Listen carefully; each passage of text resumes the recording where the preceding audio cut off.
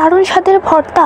বাসায় থাকলে আমি পাটা পোছা ভাত খেতাম, যেহেতু এখন আমি বাসায় নেই কাজে হাম্বল দিস্তা মোছা ভাত খাচ্ছি। এটা খেতে যে কী স্বাদ লাগছে, দাঁড়ান আপনাদেরকে একটু খেয়ে রিভিউ করে দেখি। হ্যালো ভিউয়ার্স, আসসালামু আলাইকুম। আমি শেখ আনিশা। আপনারা সকলে কেমন আছেন? আশা করি আপনারা সবাই অনেক অনেক ভালো আছেন।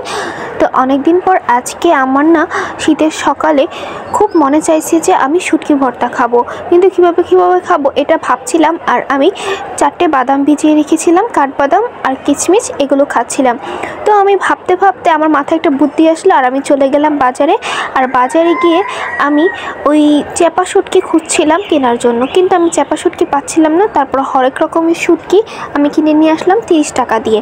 তারপর আমি কি করলাম, আমি ইউটিউবে সার্চ করলাম কিভাবে শুটকির ভর্তা করতে হয়, তারপর পাটাপোতা ছাড়া, কারণ আমার এখানে পাটাপোতা নেই। তারপর আমি ইউটিউবে সার্চ দেওয়ার পরে একটা ভিডিওতে দেখতে পেলাম যে ওনারা কি সুন্দর করে শুটকির ছেঁচা ভর্তা করছে।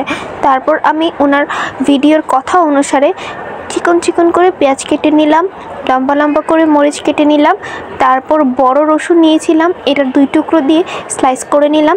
তারপর হচ্ছে আমি শুটকিটাকে ভালো করে ধুয়ে আমি একটু কষানোর জন্য একটু পানি দিয়ে এগুলোকে সুন্দর করে ভেজে নিলাম। আর হাম্বল দিস্তাটাকেও খুব ভালো করে পরিষ্কার করে নিলাম। এখন আমার যখন খুব ভালো করে ভাজা ভাজা হয়ে গেল, তারপর সেটা আমি তুলে হাম্বল দিস্তায় দিয়ে ইচ্ছা মতো ছেঁচে নিলাম। ছেঁচে নেওয়ার পর দেখুন এখন একদম মিহিন হয়ে গেছে, আর কি সুন্দর একটা যে ঘ্রাণ বের হচ্ছে আপনাদের কি বলবো। আপনারা প্রত্যেকেই চাইলে একদম 3 মিনিটের মধ্যে এই ভর্তাটা করে ফেলতে পারবেন। আমি সত্যি বলছি, এই ভর্তাটা করতে আমার মাত্র 3 মিনিটই লেগেছে। তারপর আমি সেখান থেকে ভর্তাটা একটা বাটিতে তুলে নিলাম। এখন হচ্ছে এটা খাওয়ার পালা।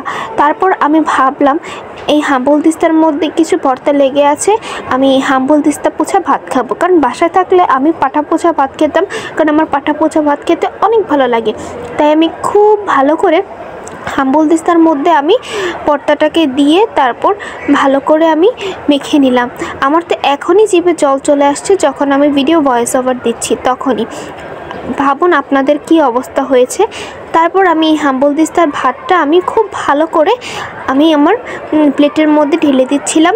আর ঘটনা হচ্ছে কি, আমার হাম্বল দিস্তাটা হচ্ছে গিয়ে কাঁচা কাঠের, আর তার জন্য এটা যখন শুকিয়েছে তখন টানা দিয়ে হাম্বল দিস্তাটা ভেঙে গেছে, তাতে কোনো সমস্যা নেই। তারপর দেখুন এই ভাতগুলো কত সুস্বাদু লাগছে দেখতে।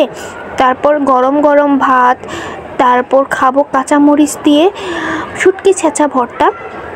তাই পাশে একটু ভর্তা নিয়ে সুন্দর করে ডেকোরেশন করে দিলাম।